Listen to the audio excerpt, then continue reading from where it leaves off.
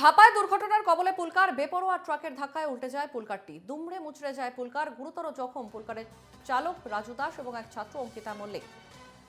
আহতদের এনআরএস হাসপাতালে ভর্তি করা হয়েছে, তদন্তে পুলিশ।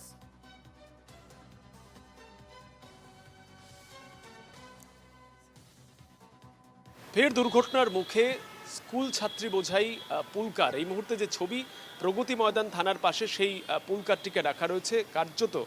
যেমনটা পুলিশ সূত্রে জানা যাচ্ছে, সকাল 10:30 নাগাদ ধাপা রোডে দাঁড়িয়ে থাকা একটি বড় ট্রাককে পিছন থেকে এসে সজোরে ধাক্কা মারে এই পুলকারটি, এবং ফলস্বরূপ এই পুলকারের যিনি চালক ছিলেন রাজু দাস, তিনি আহত হন, এবং তার সঙ্গেই একজন ছাত্রী যিনি সামনের সিটে ছিলেন অঙ্কিতা মালিক, 15 বছর বয়সী, তিনিও কিন্তু এই ঘটনার জেরে আহত হন।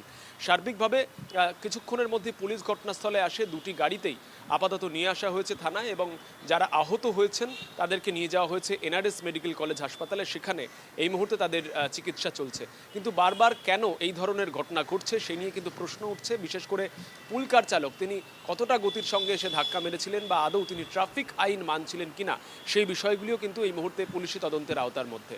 শুভজিৎ গায়নের সঙ্গে সৌরজ্যোতি বন্দ্যোপাধ্যায়, NKTV বাংলা, কলকাতা।